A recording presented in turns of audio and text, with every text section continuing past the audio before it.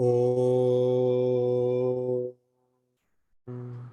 सहना भवतु सहनौ भुनक्तु सह वीर्यं करवावहै तेजस्विनावधीतमस्तु मा विद्विषावहै। ॐ शान्ति शान्ति शान्तिः। हरि ओम।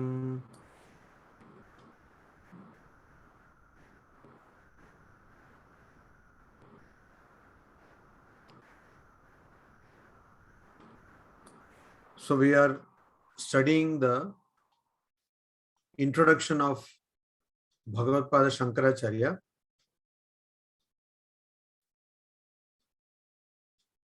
to his commentary on the Brahma Sutras. Now, the introduction is called Adhyasa Bhashya, and as I have told earlier, it's traditionally believed that if a person understands this Bhashya completely, then one understands Brahman or gets the knowledge of Brahman. But there is objection in some quarters that Shankaracharya, Adi Shankaracharya, was a Mayavadi. That is, he emphasized the existence of Maya, Avidya, Adhyasa or Ajnana. But Shankaracharya was not a Mayavadi. When you call someone Mayavadi, or when you call someone to be a Vadi of a particular thing, it means that that particular person is advocating the presence or the existence of that thing. So if we were to call Shankaracharya Mayavadi, it would mean that Shankaracharya was advocating the reality or the existence of Maya, which he did not do. He is very clear that Maya is nothing but an illusion. There is no reality to Maya. Only because we experience it, we are unable to completely deny it. But at the same time, it does not have any reality. So in many places, including one of the very famous verses of his Prakarana Grantha, Vivek Chudamani, Shankaracharya says that Maya or Avidya or Ajnana or Adhyasa is anirvachaniya, it is inexplicable. But he never says that Ajnana or Maya is real. So he is not a Mayavadi, but he is a Brahmavadi. Brahmavadi means he is for the existence of Brahman. He emphasizes the existence of Brahman.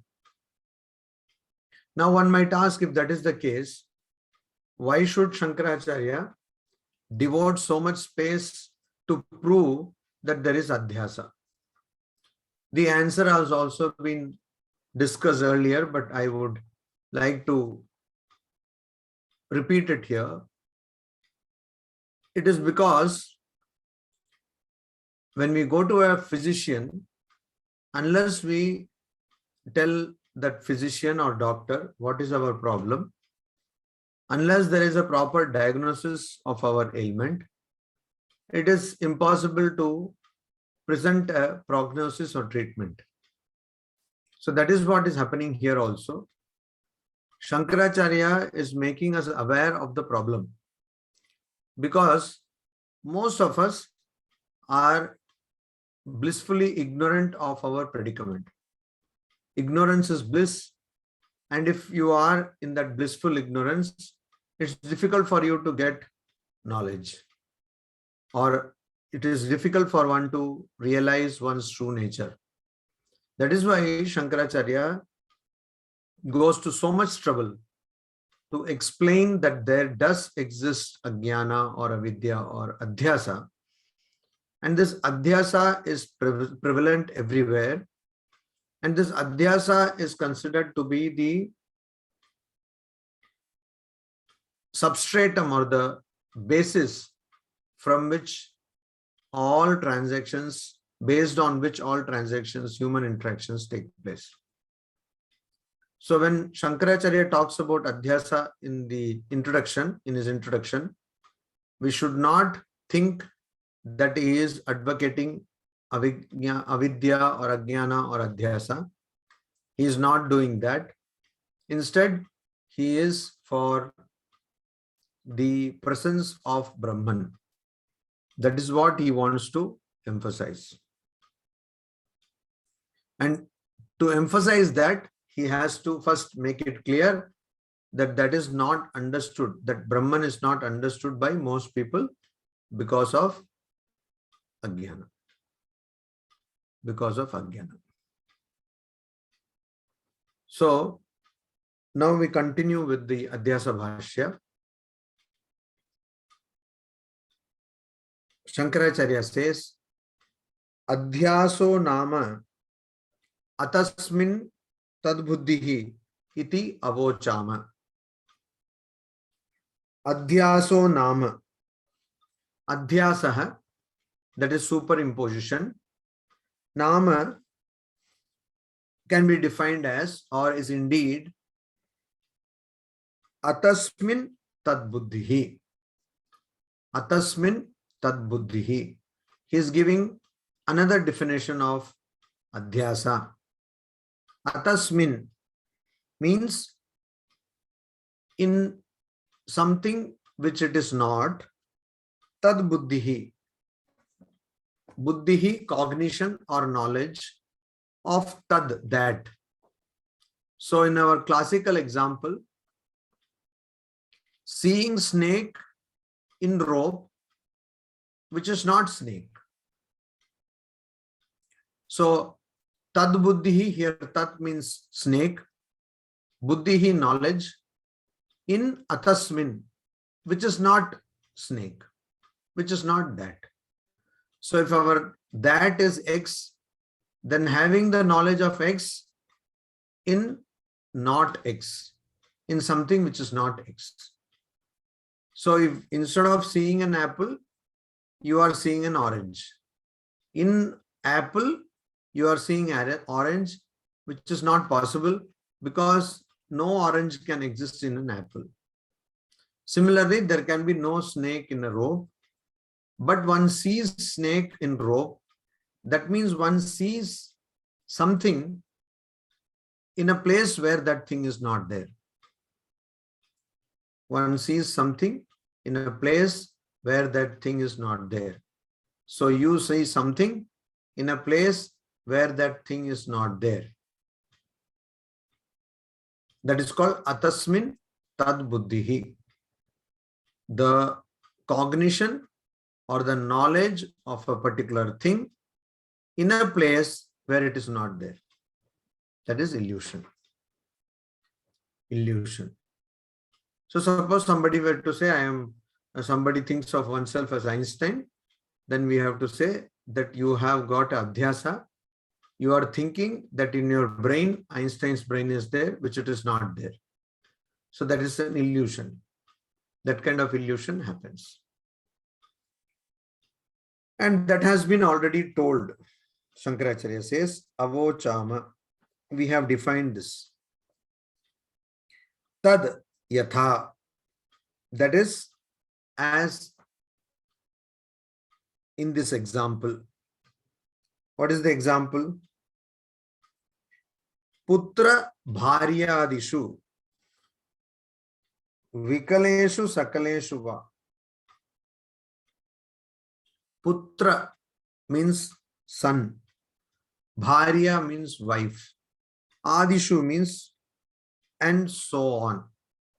So when a person's relatives, kith and kin, when people who are related to a particular person, like son and wife,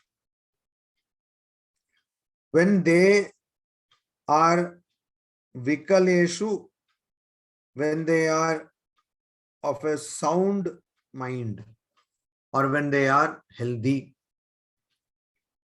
vikaleshu, sakaleshu, When they are sakala, that means they are healthy.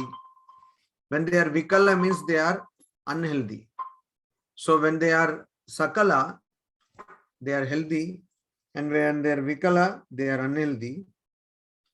So in either of these cases, when they are healthy or unhealthy, what happens? One says, normally a person says, aham eva vikalah. I am vikalah. I am unsound. Aham eva sakalah. I am sound. That means I am of a sound mind or an unsound mind, or I am healthy or I am unhealthy. So when a person sees that one's son or wife or spouse or some such other relative is unhealthy, one says that I am unhealthy. Or when one sees that one's relative is healthy, one says that I am healthy. It happens particularly in the case of mother. Mother, when she sees her child falling down, or she sees some great injury coming to her child, she said, oh, I am dying. Oh, I have died. Something like that. In various Indian languages, we can see this. So she says, oh, I have died. Why does she say that? She is not dying. Only her son is dying or has a serious injury or has the risk of death. But when one is completely identified or emotionally attached to a particular person, one thinks that if that particular person is unhealthy, one thinks that oneself is unhealthy. So when a mother, obviously she is attached to a child, when she finds the child to be unhealthy, she thinks herself to be unhealthy. So then the statement is ahameva vikalaha sakalova, that I am of unsound mind or sound mind. So why does that happen? Iti, in this manner, bahya dharman atmani adhyasyati. People, what they do? Bahya dharman. Bahya, external. Dharman, properties. That means properties of external things. Things other than your body, mind, prana, buddhi, anandamaya kosha. Things other than your body, mind complex are superimposed on you, Atmani, on the Atman. On the Atman, on the self. Adhyasyati is superimposed. So though you see that your child is suffering, you say, aha, I am suffering. So the child's suffering is superimposed on yourself. Tatha, similarly, deha dharman, the properties of the body, are also superimposed. How? Sthuloham. Sthuloham. I am fat. I am fat. Of course, the politically correct language is I am healthy. You don't call a person fat, you say healthy. That's a healthy person. So I am fat. Krishoham. I am lean or I am thin. Gauroham. I am fair. And similarly, Tishtami. I am standing. Gachami. I go. Langayami. I jump. Cha. And iti. In this manner, the properties of the body are superimposed on the Atman, on the self. Atmani adhyasyati. So when I say I am fat, instead of saying I am Brahman, so I am not identifying myself with the true nature, my true nature. Instead, what am I doing? I am identifying myself with the property of my body. I am fat, or I am thin, I am fair, I stand, I go, I jump. All these are the properties of my body. And I identify myself with the properties of the body. That is not to be done, because that is not my true nature.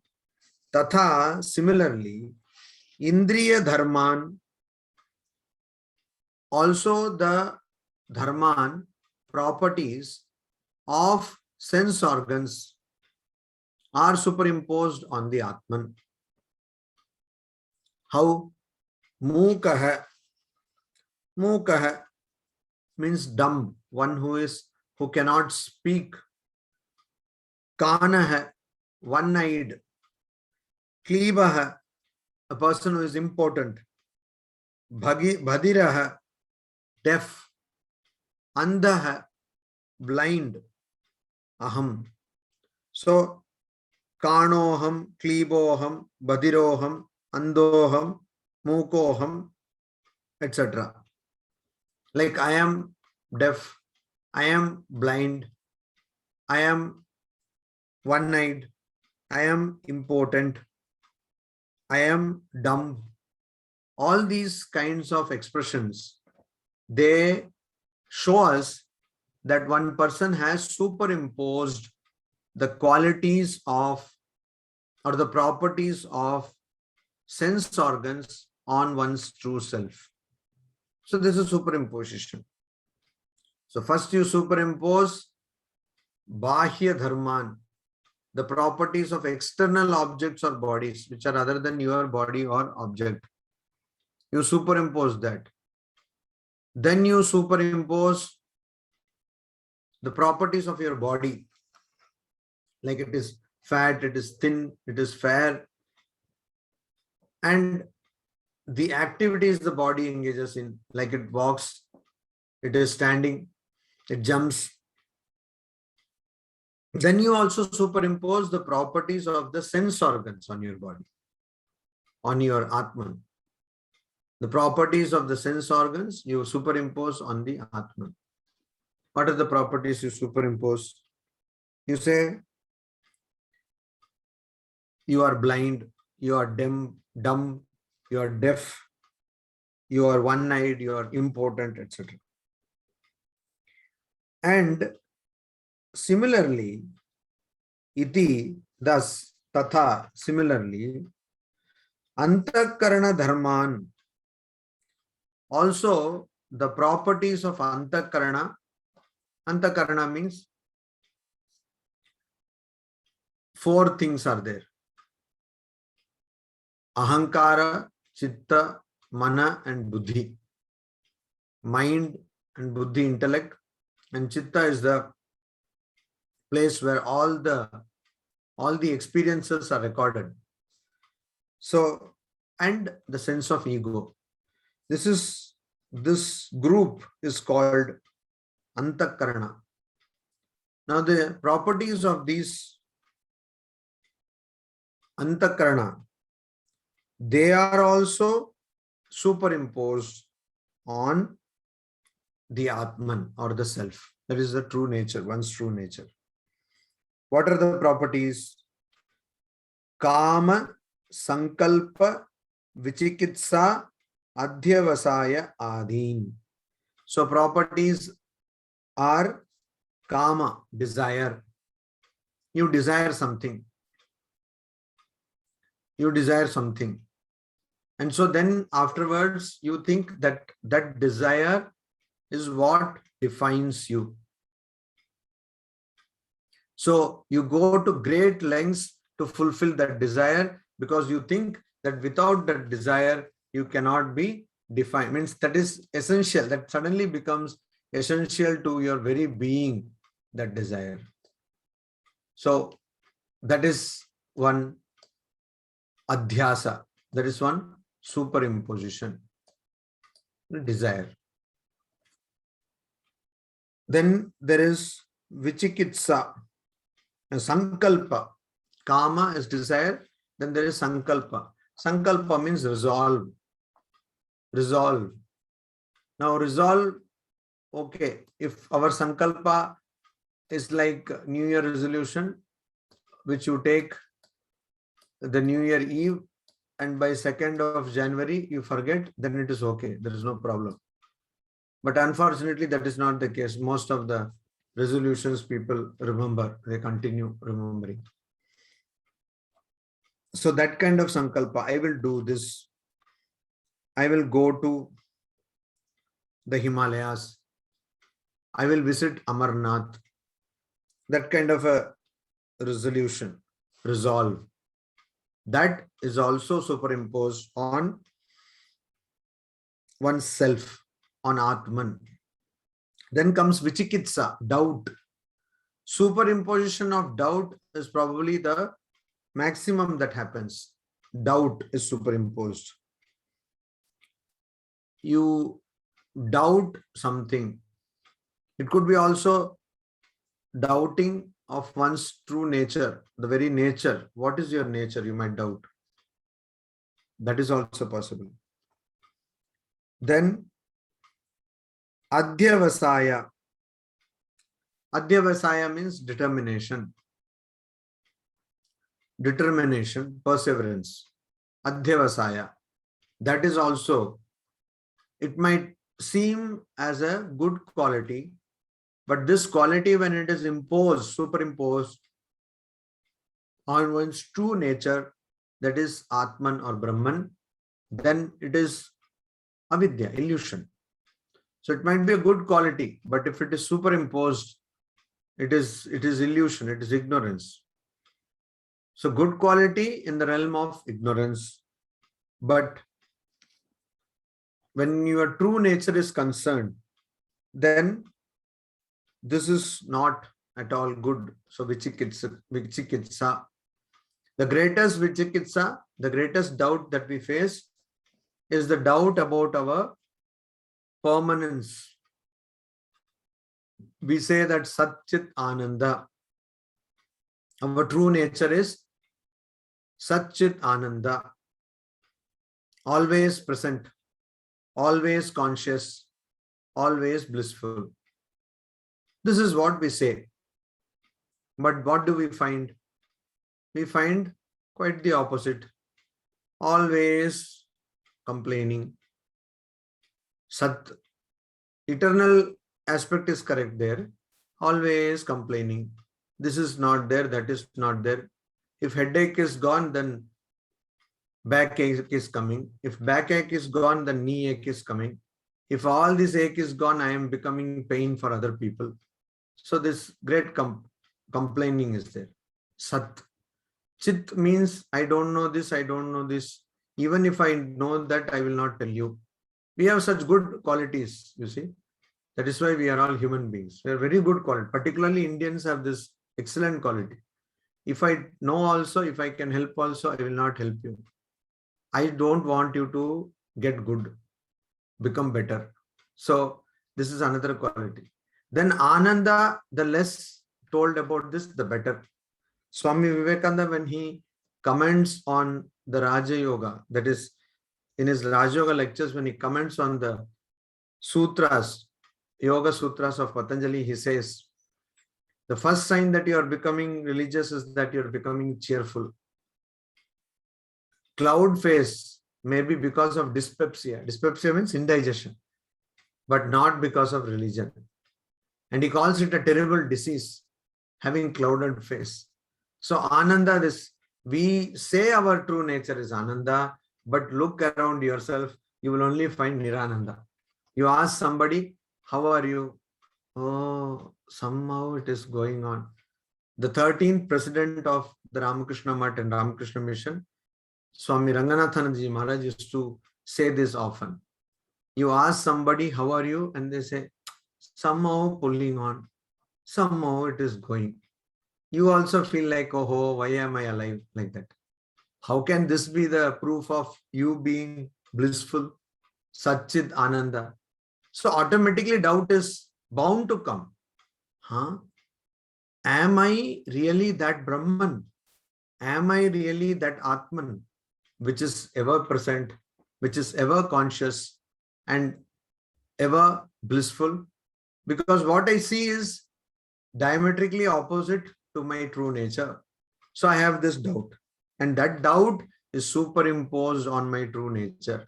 Atmani adhyasyati. Evam, in this way, aham pratyayinam. Aham pratyayinam. That means the location of the concept of I, notion of I, the location.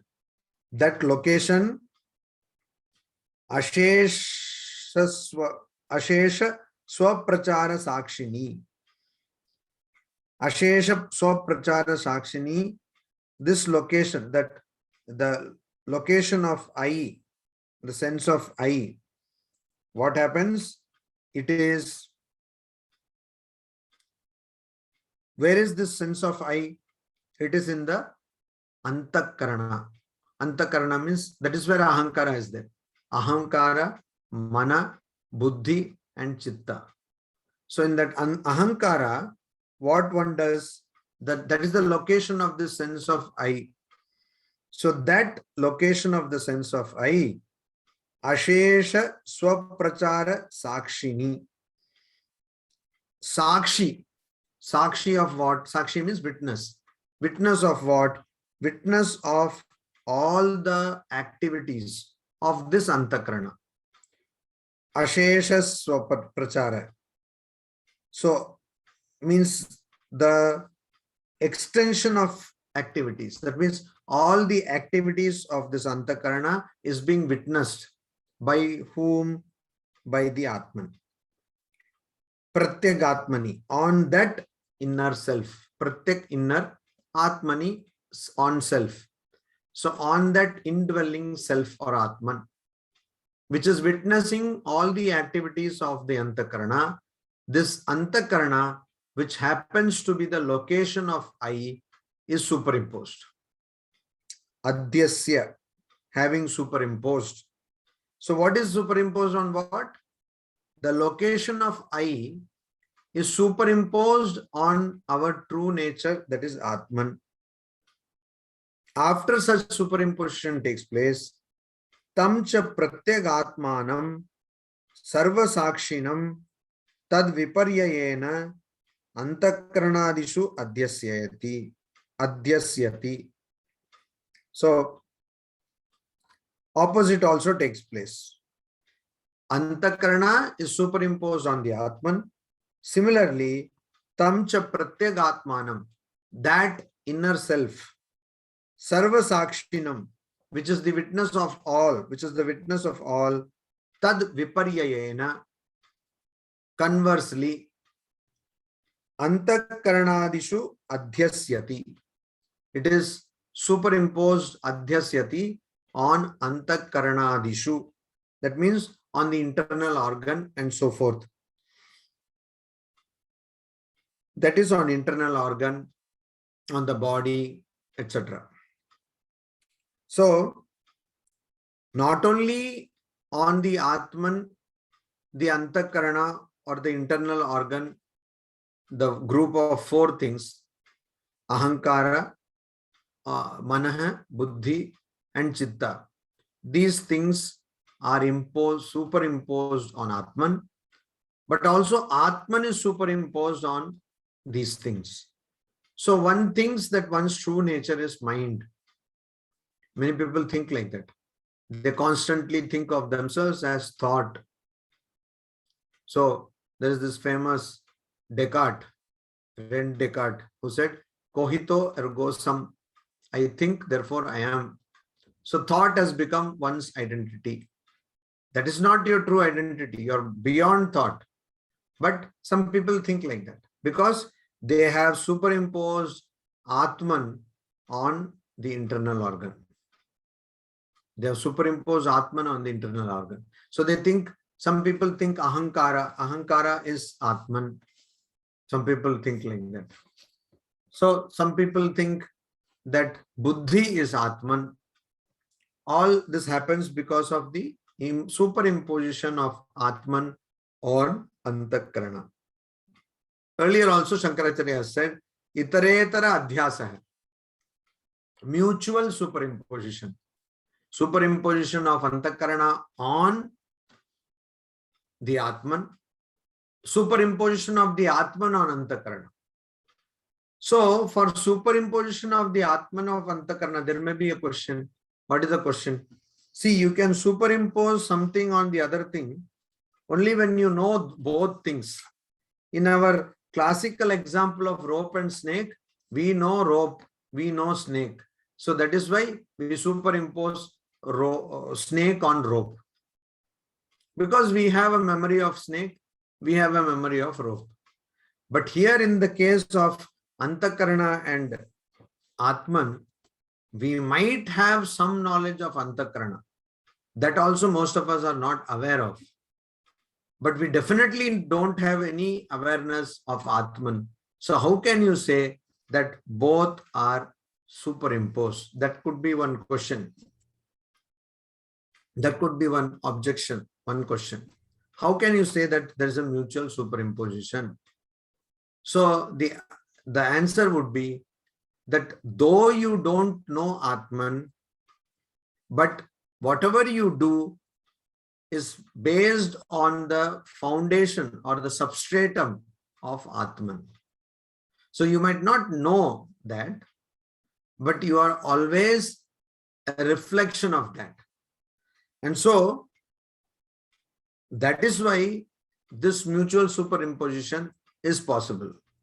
Though you don't know properly, even then it is possible, because you are not superimposing the Atman as it is. What are you superimposing? The idea of Atman, the concept of Atman. Because even when the superimposition takes place, does anything happen to the Atman? No. Nothing happens to the Atman, which Shankaracharya has told earlier, that when even during the superimposition, when it takes place, neither the superimposed nor the thing on which something is superimposed, neither the properties of the superimposed nor the properties of something on which something is superimposed have any effect.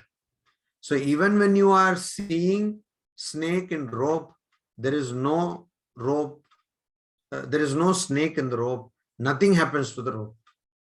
Similarly, when you are seeing Antakarana in Atman, nothing happens to Atman. In fact, nothing happens to Antakarana also. When you are seeing Atman in Antakarana, even then nothing happens to Atman. So this superimposition is basically inexplicable. It is just an illusion. It appears as though it is happening, but actually nothing is happening. Evamayam, in this manner, evam, in this manner, I am this anadihi, without beginning, having no beginning, anantaha, and having no end, naisargikaha, natural, swabhavika, adhyasaha, superimposition, mithya pratyaya rupaha, which is of the nature of a false cognition, false knowledge. Mithya pratyaya means knowledge or cognition. So it is of the nature of a false knowledge. One can also say illusory knowledge, but mithya, false is better translation. So false knowledge or illusory knowledge. And what does it do? This illusory knowledge, what problem does it cause? That is the thing. What problem does it cause? This illusory knowledge, it gives us the idea of two things we have already seen. Ahankara, mamakara. I and mine. Ahankara, mamakara. So when we get this idea of ahankara and mamakara, not only are we getting this idea but we have to act upon this idea. The problem with any thought is this, that it makes us to act upon that thought. Suppose I hear that there is a new car which has been launched, and I have another car. So immediately this idea, this germ goes into my brain. Oh, it seems in the market some other car has come which is within my affordable range, and it would be a good idea to sell this existing car and buy that car. Once this idea gets lodged in my brain, it will keep on acting there unless I do something about it. So most of the times, a thought which comes into our mind leads us to act. And so when you see that the thought or the notion of I comes, I have to express that I in some manner. When the thought of mine comes, I have to express that the thought of mine in some manner. It is necessary. Otherwise, this idea of I and mine will not come at all. So once it has come in my mind, I have to experience. So we begin with what I can readily perceive. So I start myself identifying with the body. I am the body. I am fair, or I am unfair, whatever it may be. I am dark complexioned, or I am fat, or I am healthy, or I am slim, or I am thin, or I am a stupid person, I am an intelligent person, etc., etc. Like that, I start identifying with things which are apparent to me, which may not be the reality, but which is apparent to me. Why? Because I have to emphasize this I. This I, the notion of I which has now lodged in my mind, has to be manifested in some way or the other. Similarly, the idea of mine has to be manifested.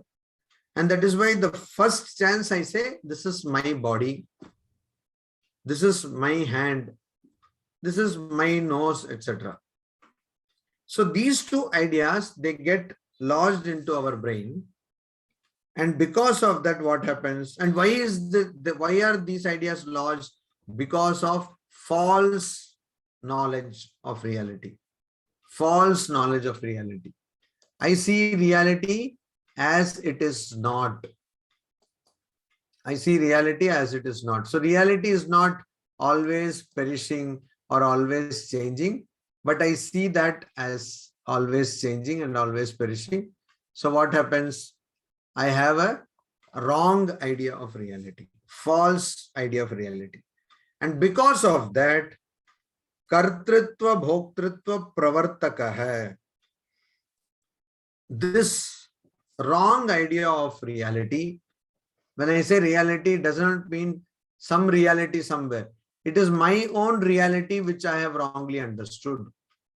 It's a false understanding or wrong understanding of my own reality, my own nature. I have wrongly understood. So when one gets illumination, I don't know about the lights and all. The lights, about that I don't know. People always are there. I will get light. I will get light. Something they want, some horripilation they want, or some light they want to see. But when you get illumination, means when you get the knowledge of your true nature, what happens? There you understand that there is no differentiation. There is no distinction. That is what happens. You know that there is no separate I. And so there is no false knowledge. And if you have to explain that in terms of action, a person who gets knowledge understands that there is no need to do anything. Because there is no action, there never was, and you get established in what is called Naishkarmya. That means you transcend action.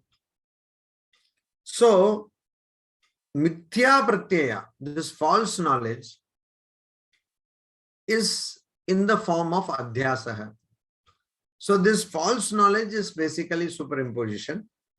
And this superimposition gives rise to this ideas of kartrutva, means agency, or the idea that I am the doer. Kartrutva. It's such a pronounced idea. We see it all the time, experience it all the time in our lives. So no matter whatever you do, even if it is boiling water, you will say, I boiled water. See, then the water gets a different, that boiled water gets a different dimension. It is not an ordinary water anymore. It is boiled water. Boiled by whom? By you. It has been boiled by me. So it gets a different dimension altogether. And bhoktrutva, enjoyership, the idea of enjoyership. So these are the two problems, the idea of agency and the idea of experiencer, the idea of being a doer and the idea of being an enjoyer or experiencer. So everybody is going, probably so many people go to Singapore. Every day, so many people might be reaching there. But that doesn't make any sense. The moment you go to Singapore, then everything changes. Then you are Singapore returned. Singapore return means not like you send some letter and that has returned. Singapore return means you have gone there and you have come back from there. Obviously, you have cleared all the visa formalities and gone inside the country and come out. Singapore return. So this is a different thing. That is why the whole psychology of selfie is like that. If you go to a place, why do you want to take photographs with your, not all faces are very good to look at. Anyway, so with your faces, why do you want to take photographs? The idea is I was there, you see. I have to establish that I was there. If I just take photographs of the place, then I'm not establishing that I was there. So because I have to prove that I was there, it was my experience. I experienced it.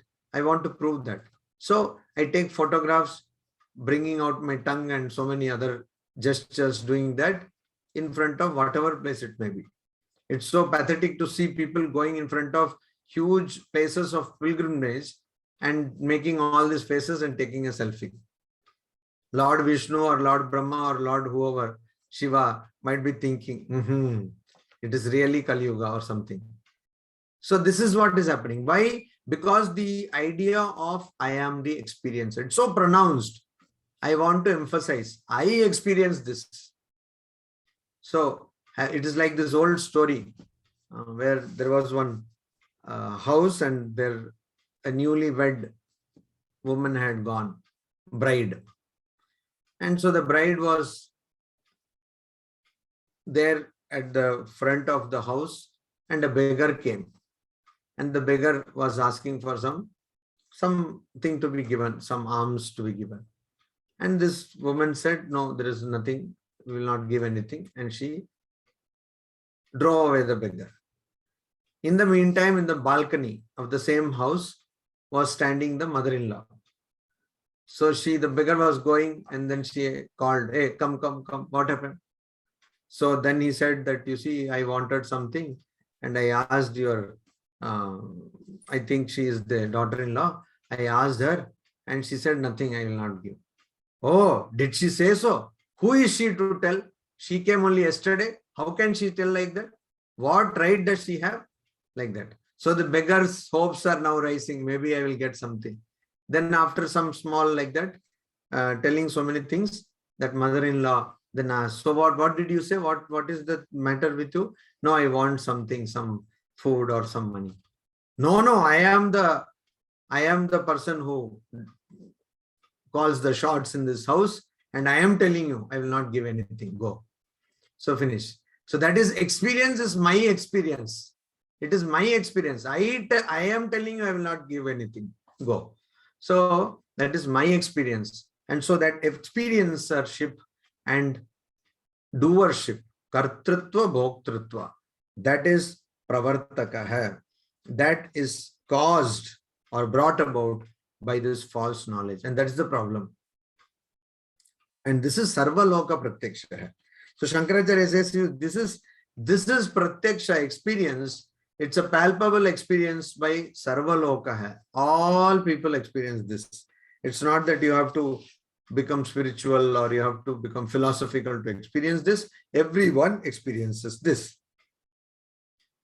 Asya, and of this experience, that is the experience, the ideas of being a doer and the ideas of being an experiencer, enjoyer. Asya anartha hetoho. This anartha hetoho, hetu, cause, this cause of all anartha. Anartha means evil or danger. All misery, all suffering is caused by this. All suffering is caused by this. If you were to do some work and if you were not to identify yourself with that work, people will be very happy. Only when you say that I did this, other people have problem with that. So when you emphasize your being the agency or the doer, then it is difficult for you as well as other people. So anartha hetoho, that is the least problem which happens. And what is the biggest problem? Every time you do something with the idea that you are the doer, that action causes results which bind you, called karma. So karma means action and also the result of actions. So karma does not mean any providence or vidhi. Karma means what you have done, you have to pay for it. What you do, you have to reap that. What you sow, you have to reap. That is karma. So if you do something good, you will get good results. If you do something bad, you will get bad results. But the moment you have this idea that I am the doer, you will have to pay for your actions. You will have to face the consequences of your actions. And if you don't have any idea, or if you are totally devoid of this sense of kartrutva, I am the doer, then though you might do a lot of actions, you would not be bound by the effects of those actions. It's a wonderful thing. Only when you identify yourself as the doer, as the person who has done an action, will you be facing the consequences of those actions. But if you have truly transcended the idea that you are the doer, then you don't have to face any consequence of your actions. So, anartha hetoho, why? Because again and again you will have to be born, again and again you will have to die, and this vicious cycle will go on for we don't know for how long. That is why anartha hetu. It is the cause of samsara. Only when you think I am the doer, then samsara is caused. This repeated cycle of transmigration. That means repeated birth and repeated death. Many lifetimes that is caused. So Shankaracharya says, Asya anartha hetoho, for the sake of all this source of all evils, that is this adhyasa, which gives rise to the ideas of doership and enjoyership. Prahanaya, for eradicating, removing this source of all evil. So Shankaracharya says, you see, this adhyasa, which I have defined and I have proven exists, is the source of all problems. This is the source of all problems. Here lies all the problems. And if you want to, prahanaya, for eradicating this, for eliminating this, destroying this, atma ekatva vidya pratipattaye. So it is not just a negative thing that you are eradicating the superimposition, removing superimposition, ignorance or avidya or maya or adhyasa. Not only this negative thing is happening, but there is a positive thing is also happening. What is it? Atma ekatva vidya pratipattaye. Pratipatti, gaining, labha. So for gaining the knowledge, vidya, knowledge or realization of Atma ekatva, of the oneness of self or Atman, that Atman is not two, only one, ekameva advitiyam, that idea, that knowledge.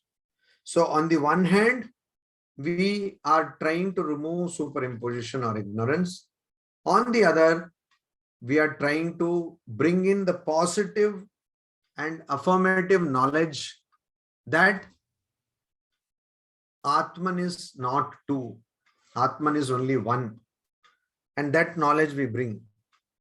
And for the sake of this, for the sake of eradicating, removing ajnana, and automatically, as soon as ajnana is removed, immediately one gets the knowledge of self, of the oneness of self.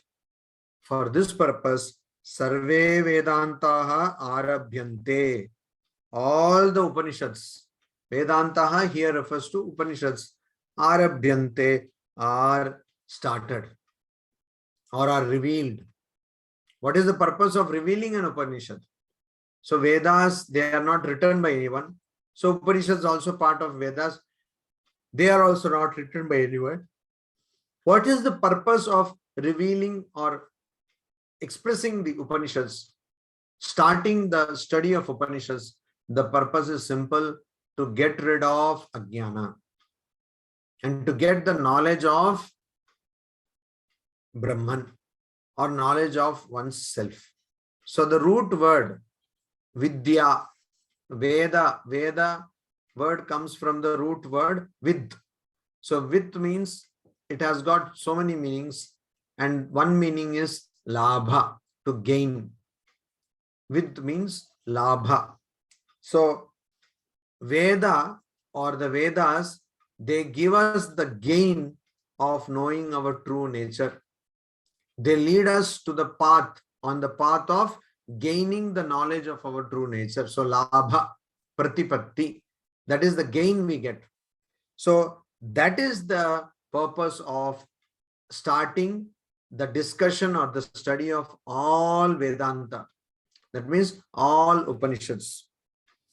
Shankaracharya says that here. And so how is that done? He immediately says, Yathacha ayam arthaha. And how is this done? Ayam arthaha. Ayam arthaha means the meaning of this, of what? Sarvesham Vedantanam. How this is the meaning of all Upanishads. So Shankaracharya is saying, you see, the purpose of all Upanishads is to eradicate, eliminate adhyasa, and to bring the understanding or knowledge of Atman or Brahman, the non-dual Atman or Brahman. So now he says, how does Upanishads do that? How do Upanishads do that? Or how is it that Upanishads have this purpose, that tatha, that vayam, we, asyam, in this shariraka mimamsayam, in the mimamsa, shariraka mimamsa. Mimamsa means analysis. Here it means explanation. So in the Shariraka Sutras, Brahma Sutras are also called Shariraka Sutras, means the sutras which talk about the real nature of the person who is embodied. Shariraka, one who has Sharira, one who has got into a body. What is the true nature of that? So that Mimamsa, that analysis or discussion, through that discussion, Vayam, we will show how the Upanishads have the purpose of getting rid of adhyasa or getting the understanding of one's true nature. Pradarshayishyamaha. We shall show that. We shall explain it, or we shall display it, how it is the case. So here Adhyasa Bhashya ends. So Adhyasa Bhashya, here Shankaracharya gives a wonderful introduction to the Brahma Sutra commentary, and he ends the Adhyasa Bhashya. And so here we know that the purpose of Adhyasa Bhashya is to analyze Upanishadic texts and to come to the conclusion, to become strong in the conclusion that the goal of Upanishads is to eradicate Ajnana, Avidya, Maya or Adhyasa, and to bring about, it is spontaneous, it is simultaneous. The moment your Ajnana is eradicated, immediately you get the knowledge of Brahman. So to bring about the knowledge of Brahman, the ultimate reality, bring about the knowledge of your true nature, which is non-dual, which is Atma Brahma Aikya, the identity of Atman and Brahman as told in the Mahavakyas, like Tattvam Asi. So that knowledge or that understanding will come and Adhyasa will be removed. That is what Shankaracharya says. In the next class, day after tomorrow, we will try to see a small gist of this Adhyasa Bhashya. Om Shanti Shanti Shanti Hari Om Tat Sat Shri Ramakrishna Arpanamastu.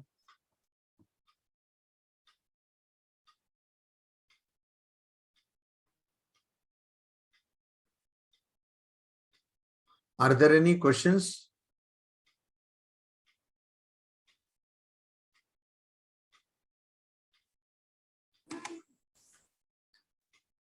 Maharaj, I have a clarification. Yes. This is Shivakumar. Yes, yes. Yeah. So you mentioned that Ahankar, the Antakarna has 4 parts. One is Manas, Buddhi, Chitta, and Ahankar. Is the Ahankar a property of Antakarna, or it's a property, is a resultant property of the superimposition of on Atman?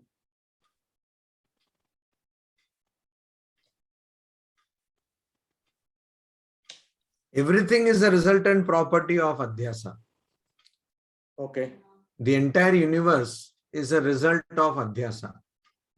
So if you ask whether Antakarna is the result of Adhyasa, superimposition, of course it is, because everything is like that. That is what Shankaracharya says in Adhyasa Bhashya. Everything you see, whatever is Indriya Gochara, can be understood by sense organs. And also mind, everything, sense organs themselves, they are all under Adhyasa. But if you were to classify Antakarna or define Antakarna, then the sense of ego called Ahankara forms part of Antakarna. Of course, when I say Antakarna, it means the Sukshma Sharira. It does not have any location. There is no location, proper location like the gross body has. So the subtle body has no location, and that is why it travels from one birth to the other. Okay. So that Antakarna travels from one birth to the other. And the Antakarna has Ahankara as one of its, in the 4 things, Ahankara is there. And if you say that whether it is the result of Ajnana, as I told you, everything is the result of Ajnana. So many lifetimes, so many births that we take are all because of Ajnana. Okay. Hope that helps you. Yes, yes. Is there any other question?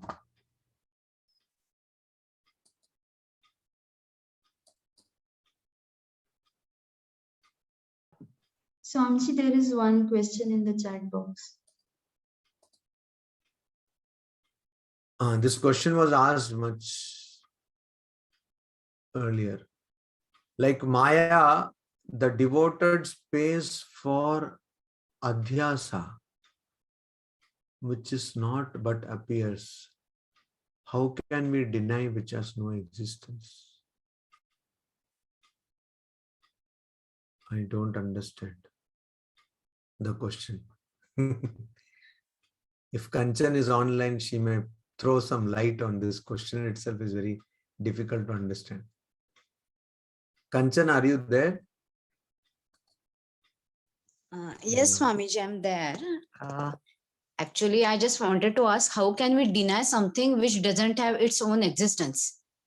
Okay, so yeah, so there is a difference between two things. One is mithya jnana, and then there is alika.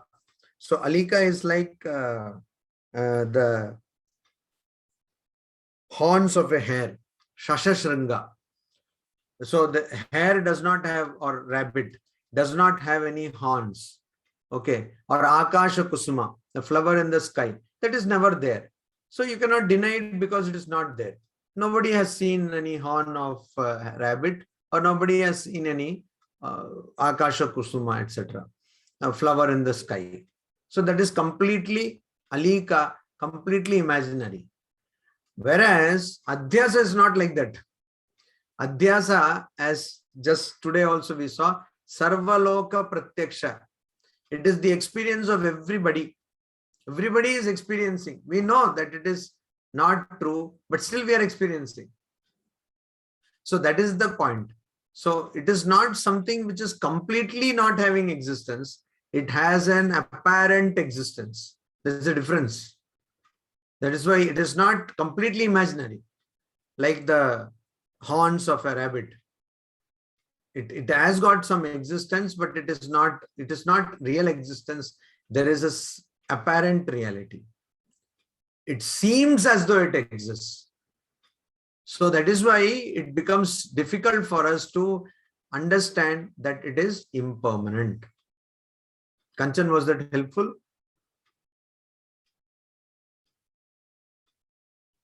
Yes, yes. Okay, thank you. Is there any other question?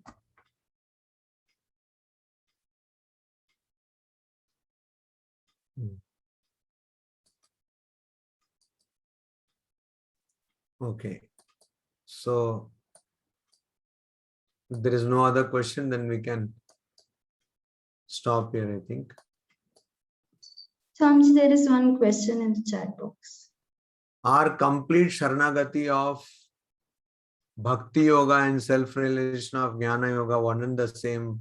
Or is it that complete Sharanagati leads us to self-realization? Swami Vivekananda would say that, even Sri Ramakrishna would say that all the paths like Raja Yoga, the control or the training of the mind, control of the mind, or Bhakti Yoga, devotional path, the path of Karma Yoga, the path of Jnana Yoga, everything leads to the same state of knowing the truth as in Jnana Yoga. So it is not that by doing karma you become qualified to be a jnani, not like that.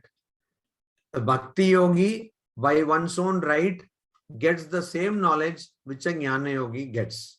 Similarly, a Karma Yogi, Karma Yoga, what Swamiji talks about Karma Yoga, is not doing ritualistic actions as prescribed in the Vedas.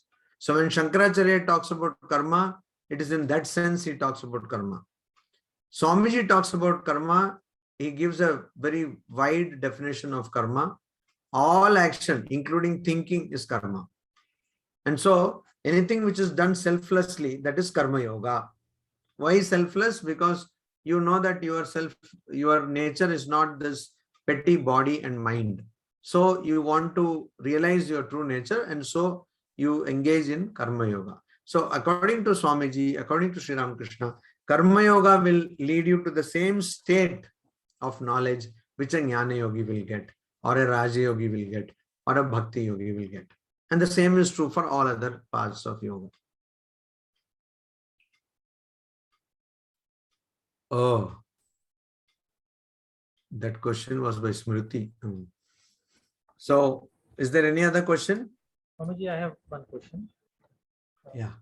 Yeah, actually, if we see like the schools of Vedanta, there are, I can understand that there are three schools. One is Advaita, Vishishtadvaita, and Dvaita Vedanta. So my question is Bhakti Yoga more specified in Vishishta Advaita than Advaita? Because if I'm saying Aham Brahmasmi, is there any Bhakti, like, can I find any Bhakti in Advaita Vedanta compared to other schools? That's a good question. Is there any devotional path? So philosophically, there are two things. One is how you practice Advaita and the philosophical standpoint of Advaita. The philosophical standpoint of Advaita, of course, talks about non-duality. So there cannot be any separate existence of the Bhakta separate from the Lord. It's a non-dual philosophy. So anybody who is invested or follows Advaita Vedanta has to necessarily accept the non-dual nature of Atman. So there is no separation.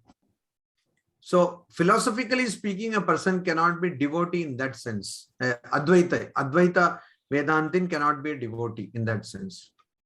But Advaita Vedantins have been known to engage in worship and rituals. So they do not as seeing that particular deity as different from themselves, but they are just doing that to engage their mind in something which reminds them of their true nature. It is that's how, because most or almost all Advaita Vedantins, they end their ritual worship in some such understanding. So you become God and you worship God. This is one idea. Excellent. Advaita Vedanta. So when you go to Vishishta Advaita Vedanta, the way the path of devotion is approached is different. So there always Lord is separate from you. You don't become the Lord. Nobody, it is blasphemous to think that you become the Lord. So you are there, it is Kainkarya, you do some service to Lord, or you become Salokya, Samipya, Sayujya, etc.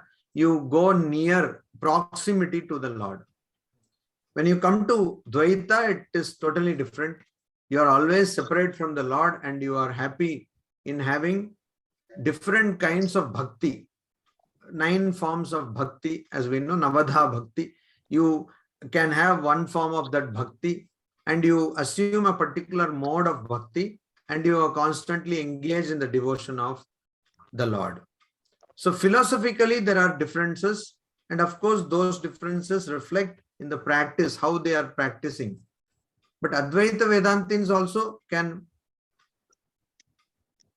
worship because upasanas are there in the Vedas. Upasanas or contemplation or meditation is there in the Vedas. So, but their approach, philosophical understanding and their approach to that particular path will be totally different. Was it helpful? Yeah, it is. And so, can I safely say that Advaita Vedanta follows more of Jnana Yoga and Raja Yoga? Is it okay No, to say like? actually, if you you cannot safely say that. It will be very unsafe to say that. Okay. Because if you take Advaita Vedanta, it is focused on jnana.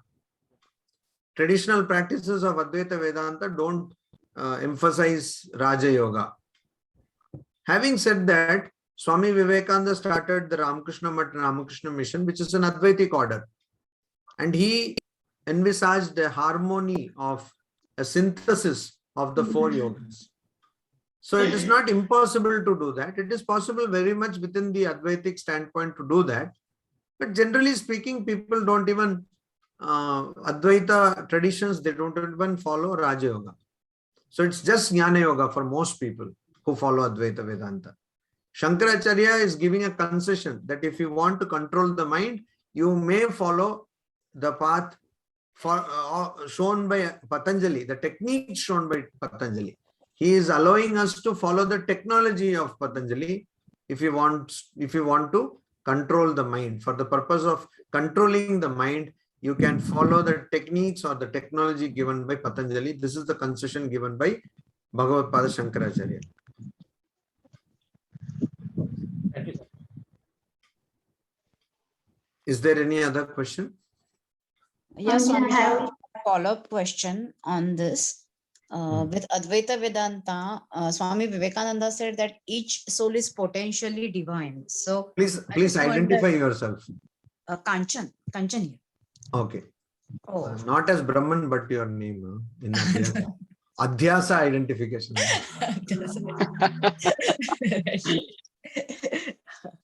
Okay, So huh. why did Swami Vivekananda say that each soul is potentially divine and when he's not already divine? So is it something specific Advaitic standpoint from this?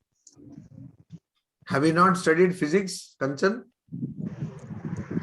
Yeah, I mean, standard 12 standard. Hi, till 10th standard, huh? Huh. So you see, potential energy, kinetic energy, same thing. Yeah. The truth is that Sarvam Khalu Idam Brahma. Only Brahman is, everything is Brahman, or whatever you perceive is also perceivable because of its truth being Brahman. The Brahman is the truth. So potentially everyone is divine. That is their true nature. But how many of us understand that? So the goal is to manifest this divinity within.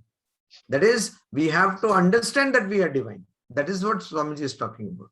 It is not that you are divine but not divine, so now we will make you divine, not like that.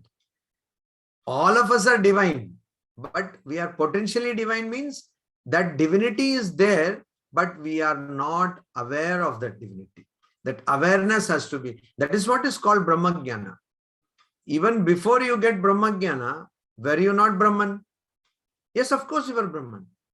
Only thing you did not know. So, in some texts in Vedanta, the analogy is given. A person has a necklace.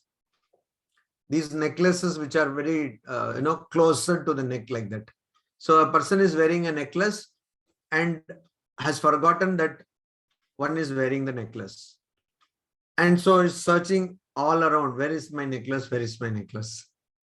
Similarly, a person is Brahman, Atman, but has forgotten that because of Ajnana and is trying to find out who is Atman, what is my nature, etc. So that is the process from potential to manifestation. Each soul is potentially divine. The goal is to manifest this divinity within. Kanchan, was that helpful? Yes, Swamiji. Yeah. Is there any other question? Someone was saying some question was there.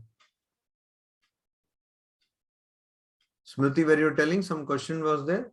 Or Swamiji, I only had a question. Actually, in Yes. continuation to my earlier question, so can we conclude that, say, a true bhakta, he has complete self-surrender? That means he doesn't have any will of his own. He has identified his will with the God's will. Does that mean that it's the same state as self-realization? Of course it is. You see, if a person bhakta has got completely surrendered one's will, that means that bhakta will not have kartrutva, will not have the sense of I am the doer, will not have the sense of bhoktrutva, will not have the sense that I am the enjoyer. Because if you have surrendered the will, then everything is Lord, right? Everything is Rama or Sri Krishna or whatever, whoever. Then you will not have this idea of kartrutva and bhoktrutva. If you don't have this idea of kartrutva and bhoktrutva, that means you have understood your true nature. You have become a Brahma Jnani. It is like going to different colleges to get the same education kind of situation. Somebody is going to Bhakti school, somebody is going to Jnana school, somebody is going to Raja Yoga school.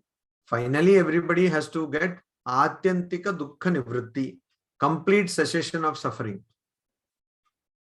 You suffer because of the ring. So when the ring is removed, suffering is also removed.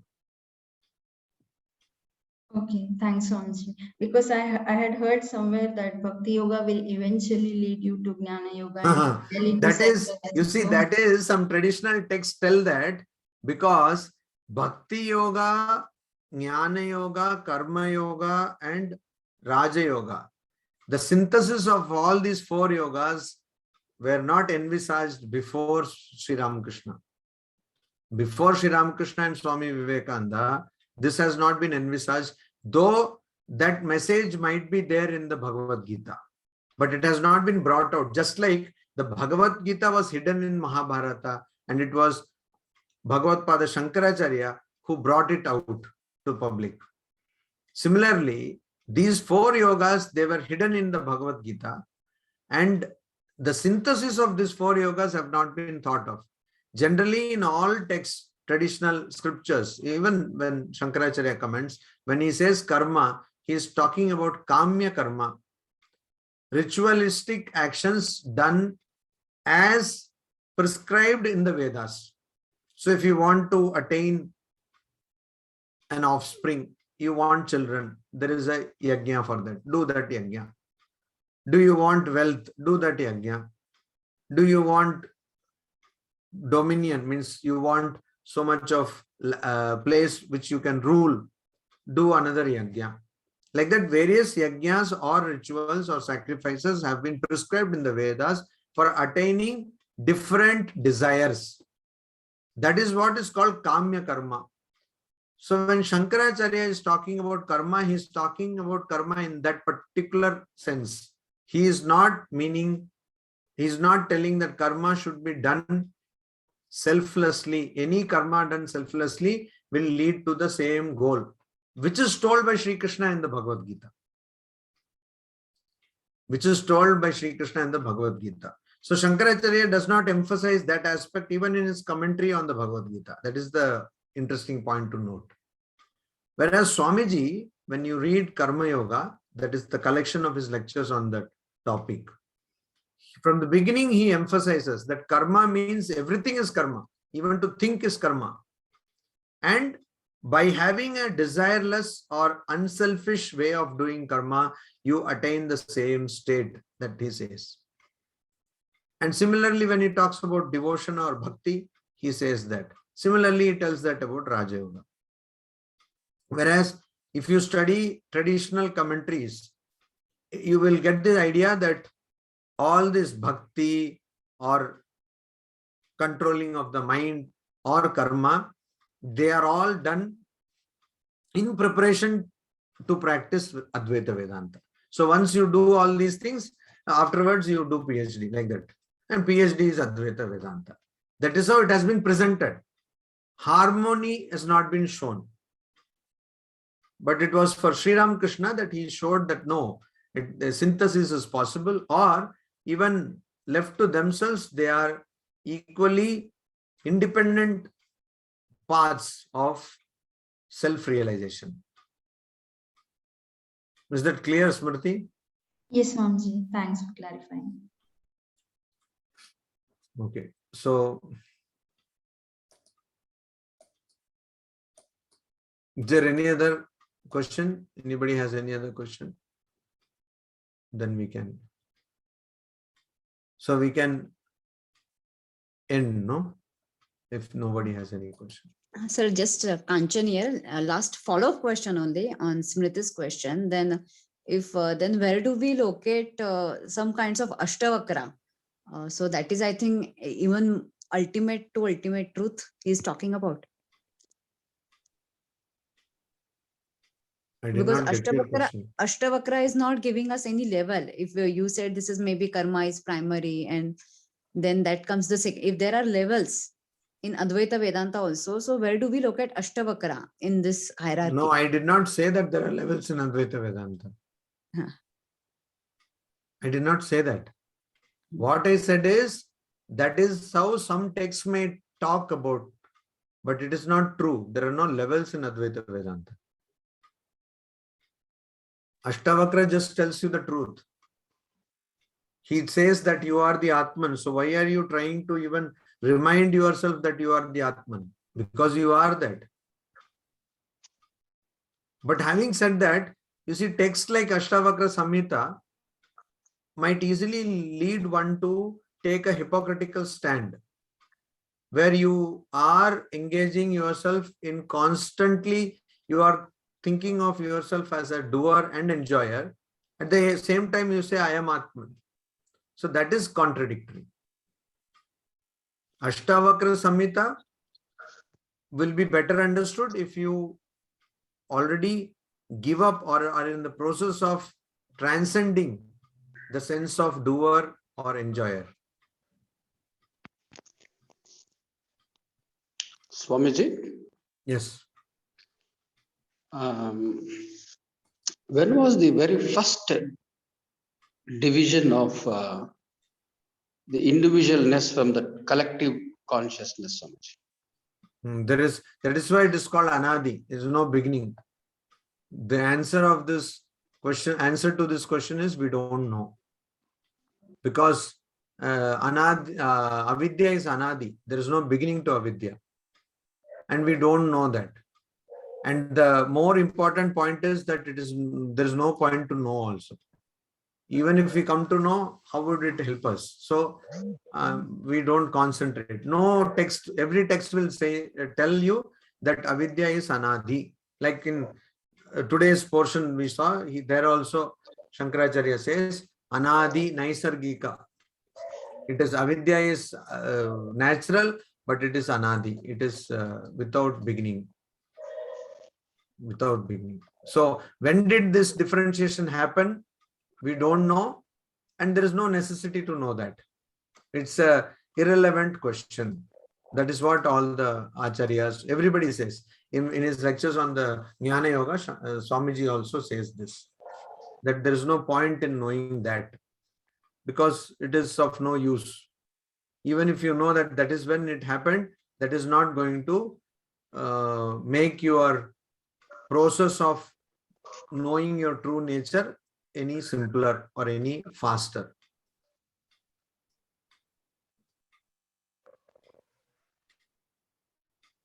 Okay, Swamiji. Okay.